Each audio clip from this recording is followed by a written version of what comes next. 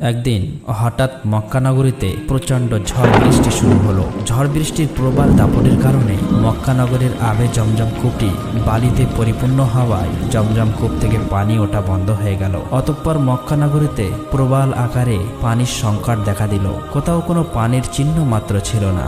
মক্কার মানুষেরা পানির জন্য এদিকে ওদিকে ছোড়াছুটি করতে লাগলো, কিন্তু কোথাও পানির সন্ধান না পেয়ে একেবারে তারা দিশেহারা হয়ে পড়লেন। শিশু, যুবক, বৃদ্ধ, বৃদ্ধা সবাই পানির জন্য অসুস্থ হয়ে পড়লেন। তৎকালীন সময়ে মক্কা নগরীর নেতা ছিল প্রিয় রাসূল হযরত মুহাম্মদ সাল্লাল্লাহু আলাইহি ওয়াসাল্লামের দাদা অর্থাৎ আব্দুল মোত্তালেব। পানির সংকটের জন্য দিশেহারা হয়ে তারা সবাই তাদের নেতা আব্দুল মোত্তালেবের কাছে উপস্থিত হলেন। উপস্থিত মক্কাবাসীগণ আব্দুল মোত্তালেবকে বললেন, আপনি আমাদের নেতা, আপনি যেভাবেই হোক আমাদের পানির বন্দোবস্ত করুন। আপনি জমজম কূপ থেকে পানির উত্তোলন করার ব্যবস্থা করে দিন। আমাদের মনে হয় আপনি ছাড়া আর কেউই জমজম কূপ থেকে পানি উত্তোলন করার ব্যবস্থা করতে পারবে না। আমরা যদি জমজম কূপ থেকে পানি না পাই তাহলে সবাই অসুস্থ হয়ে মারা যাব। এই কথা শুনে আব্দুল মোত্তালেব ভীষণ চিন্তিত হয়ে পড়লেন। তিনি ভাবতে লাগলেন কিভাবে জমজম কূপ থেকে পানি উত্তোলন করার ব্যবস্থা করা যায়। তিনি অনেক চিন্তা করলেন, কিন্তু কোনো আশার আলো দেখতে পেলেন না। তখন তিনি মহান আল্লাহ তাআলার দরবারে দুই হাত তুলে দোয়া করলেন এবং বিভিন্ন ধরনের মান্যত করলেন, কিন্তু কোনো দোয়া ও মান্যত আল্লাহর দরবারে কবুল হলো না। শেষ পর্যন্ত আব্দুল মোত্তালেব দিশারা হয়ে মহান আল্লাহ তাআলার দরবারে দোয়া করে বললেন, হে আল্লাহ, আপনি জমজম কূপ থেকে পানি উত্তোলন করার ব্যবস্থা করে দিন। বিনিময়ে আমি আমার 10 সন্তানের মধ্যে একটি সন্তানকে জবাই করে দেব। আব্দুল মোত্তালেব মান্যত করলেন, জমজম কূপ থেকে পানি বার হলে 10 সন্তান থেকে একটি সন্তান জবাই করে দেবে। অতঃপর আব্দুল মোত্তালেব মান্যত করার সাথে সাথেই আল্লাহ তাআলা তার দোয়া কবুল করে নেয় এবং এর সাথে সাথেই জমজম কূপ থেকে প্রচুর পরিমাণে পানি বার হওয়া শুরু হয়ে গেল। জমজম কূপ থেকে পানি বার হতে দেখে মক্কাবাসীগণ অবাক হয়ে গেলেন এবং তারা আনন্দে আত্মহারা হয়ে পড়লেন। অতঃপর জমজম কূপ থেকে পানি বার হবার পর সবাই সুখে শান্তিতে বসবাস শুরু করলো। এই ঘটনার পর আব্দুল মোত্তালেব তার মান্যত করার কথা ভুলে গেলেন। একদিন রাতে আব্দুল মোত্তালেব তার নিজের গৃহে ঘুমাচ্ছিলেন। তিনি স্বপ্নে দেখলেন মহান আল্লাহ তাআলা আব্দুল মোত্তালিবকে বলছেন, হে আব্দুল মোত্তালেব, তুমি কি ভুলে গেলে কি মান্যত করেছিলে? তুমি মান্যত করেছিলে যে জমজম কূপ থেকে পানি বার হলে তোমার 10 সন্তানের মধ্য হতে একটি সন্তানকে জবাই করে দেবে। তুমি তোমার মান্যত পূরণ করো। অতঃপর এই স্বপ্ন দেখার পর আব্দুল মোত্তালেব ঘুম থেকে জাগ্রত হলেন এবং উঠে বসলেন। তারপর তিনি চিন্তা করলেন, সত্যি তো আমি মান্যত করেছিলাম যে জমজম কূপ থেকে পানি বার হলে আমি আমার 10 সন্তানের মধ্য থেকে একটি সন্তানকে জবাই করে দেব, কিন্তু আমি আমার মান্যতের কথা ভুলে গিয়েছিলাম। আব্দুল মোত্তালেব তার এই স্বপ্নের কথা কারোর সাথে প্রকাশ করলেন না। পরের দিন রাতের বেলা তিনি যখন ঘুমাচ্ছিলেন আবারও স্বপ্নে দেখলেন মহান আল্লাহ তাআলা তাকে বলছেন, হে আব্দুল মোত্তালেব, তুমি কি ভুলে গেলে কি মান্যত করেছিলে? অতএব তুমি তোমার মান্যত পূরণ করো।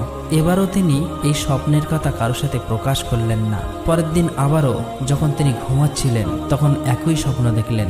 মহান আল্লাহ তাআলা তাকে বলছেন, হে আব্দুল মোত্তালেব, তুমি যে মান্যত করেছিলে তুমি কি ভুলে গেছো?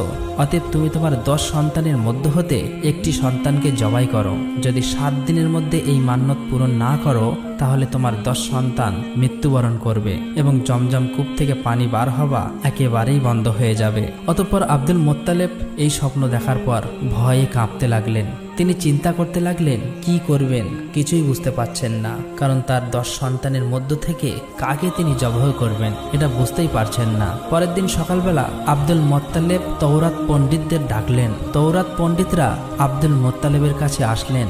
যখন আব্দুল মোত্তালেব ভীষণ চিন্তিত এবং পেরেশানি অবস্থায় তওরাত পণ্ডিতদেরকে বললেন, হে পণ্ডিতগণ, আমি মহান আল্লাহ রাব্বুল আলামিনের দরবারে মান্যত করেছিলাম জমজম কূপ থেকে পানি বার হলে আমি আমার 10 সন্তানের মধ্য হতে একটি সন্তানকে জবাই করে দেব। আমার মান্যত মহান আল্লাহ তাআলা কবুল করে নিয়েছিলেন। জমজম কূপ থেকে আবারও পানি বার হয়েছিল, কিন্তু তারপর আমি আমার সেই মান্যতের কথা একেবারেই ভুলে গিয়েছিলাম। গত 3 দিন পর্যন্ত মহান আল্লাহ তাআলা আমাকে স্বপ্ন দেখিয়েছেন। মহান আল্লাহ তাআলা আমাকে বলেছেন আমার মান্যত পূরণ করতে আমার 10 সন্তানের মধ্য হতে এক সন্তানকে জবাই করে দিতে হবে। আমি যদি আমার মান্যত পূরণ না করি তাহলে 10 সন্তান মৃত্যুবরণ করবে এবং জমজম কূপ থেকে পুনরায় পানি পানি বার হওয়া বন্ধ হয়ে যাবে। আপনারা বলুন এখন আমি কি করতে পারি? তখন পণ্ডিতগণ বললেন, হে আব্দুল মোত্তালেব, যেহেতু আপনি এই মান্যত করেছেন এবং মহান আল্লাহ তাআলা আপনাকে স্বপ্নে সেই মান্যত পূরণ করতে বলছেন, তাহলে অবশ্যই আপনাকে আপনার 10 সন্তানের মধ্য থেকে যে কোনো একটি সন্তানকে জবাই করতে হবে। পণ্ডিতগণের কথা শুনে আব্দুল মোত্তালেব অত্যন্ত চিন্তিত এবং পেরেশানি হয়ে পড়লেন। তিনি কি করবেন কিছুই ভেবে পারছিলেন না। 10 সন্তানের মধ্য থেকে কাকে নিয়েই বা জবাই করবেন, যেহেতু তার 10 সন্তান খুবই প্রিয় ছিল। অতঃপর তিনি কোনো উপায় না পেয়ে পরের দিন 10 সন্তানকে তিনি কাছে ডাকলেন। আব্দুল মোত্তালেবের বড় সন্তান ছিলেন আব্বাস রাদিয়াল্লাহু তাআলা আনহু। আব্দুল মোত্তালেব প্রথমেই তাকেই বললেন, হে আমার প্রিয় পুত্র, আমি মান্যত করেছিলাম যে জমজম কূপ থেকে পুনরায় পানি বার হলে আমি আমার 10 সন্তানের মধ্য থেকে একটি সন্তানকে জবাই করে দেব। এখন তুমি কি আমার সেই মান্যতটি পূরণ করবে? তখন আব্বাস রাদিয়াল্লাহু তাআলা আনহু বললেন, আব্বাজান, এ কেমন মান্যত? আমি আপনার এই মান্যত পূরণ করতে পারবো না। আপনি আপনার অন্য সন্তানকে এই মান্যত পূরণ করতে বলুন।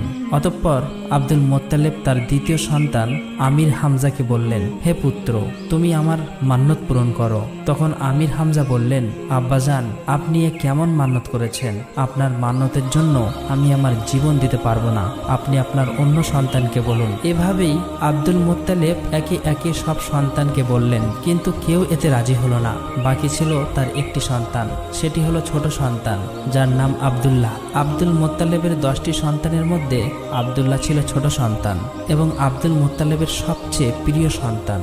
আব্দুল মোত্তালেব আব্দুল্লাহকে অনেক স্নেহ করত এবং অধিক ভালোবাসত।